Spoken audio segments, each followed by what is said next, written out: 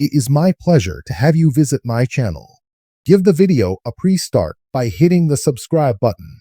Recently, Damian Priest shared about what he thought to be the most evil event in WWE history he had seen observing.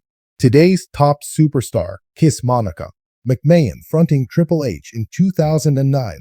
Game in the Viper resulted in a fierce feud that later made it personal, using Triple H in one of the parts he handcuffed him to the ring rope before throwing DDT to his marriage partner Stephanie McMahon, who hurried to assist the present chief content officer. Same as the Billion Duel, Princess laid on the mat, Orton kissing her on the lips under her husband's view. During a recent WWE Pop episode, the selected passage by the priest seems as the most evil moment in the, based on Stanford's corporate background. The past world heavyweight champion explained that situation, saying that it was far from anything man could create when Brandi DD'd Triple H and Stephanie had been locked and she was resting there.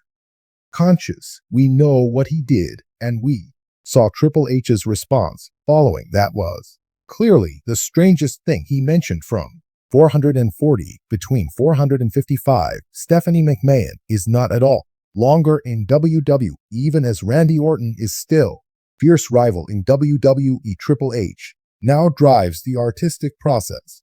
Stephanie McMahon is no longer, meanwhile, with the corporation following resignations from her co-CEO and chairwoman roles. Last year, even after her leave, the Billion Duel Princess has made several visits to WWE events this year, includes WrestleMania, SummerSlam. Her Triple H hubby lately gave a status update on her during the post-concert press for SummerSlam convention Stephanie McMahon attends. Not now play an official role, but she loves this, I can tell you.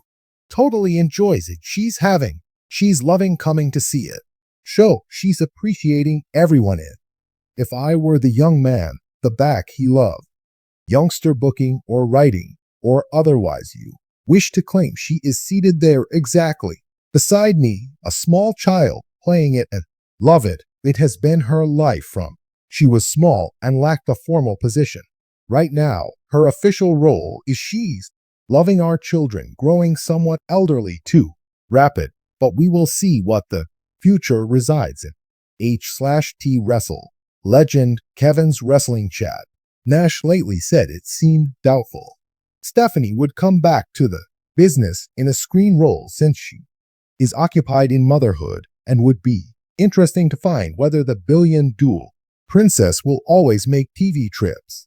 Damian, the priest, slanted back in his chair and stared wide with incredulity as he related one among the most bizarre events he would ever have found in WWE for a man having seen his fair part of anarchy, backstabbing, and crazy antics inside the squared circle. This time still clearly stood out as the strangest thing I have ever seen, he remarked on, shaking his head. I have witnessed trust. Some weird material in this company. The interviewer leaned forward with clarity.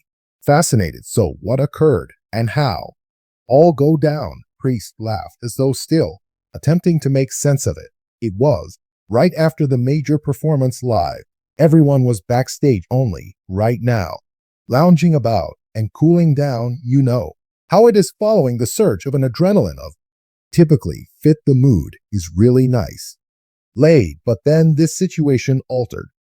He leaned forward with his elbows laying on his knees as though releasing that evening's tension. Triple H and Stephanie McMahon arrived there exactly like always their royalty in WWE, so their presence is ordinary. Yet this time, something changed.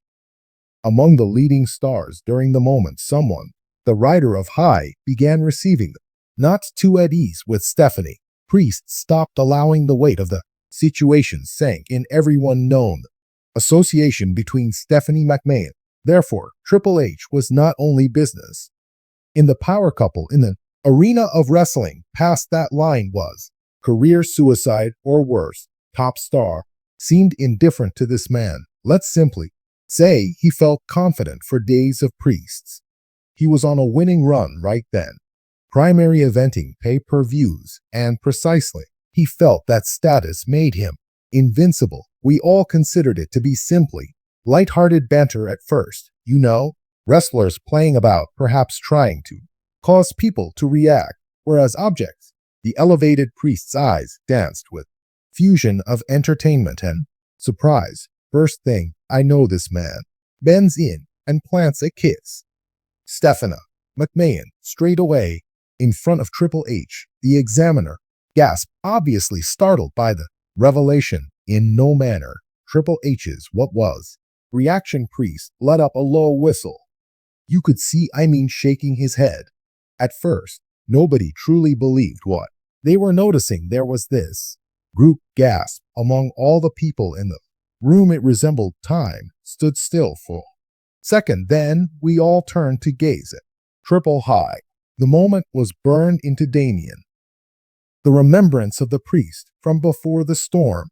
Triple H stood still, his demeanor almost more readable, which was unreadable, more terrible than his response. Everyone realized at a way what the game man was able of when under provocation. You could see the muscles in his jaw stiffening up.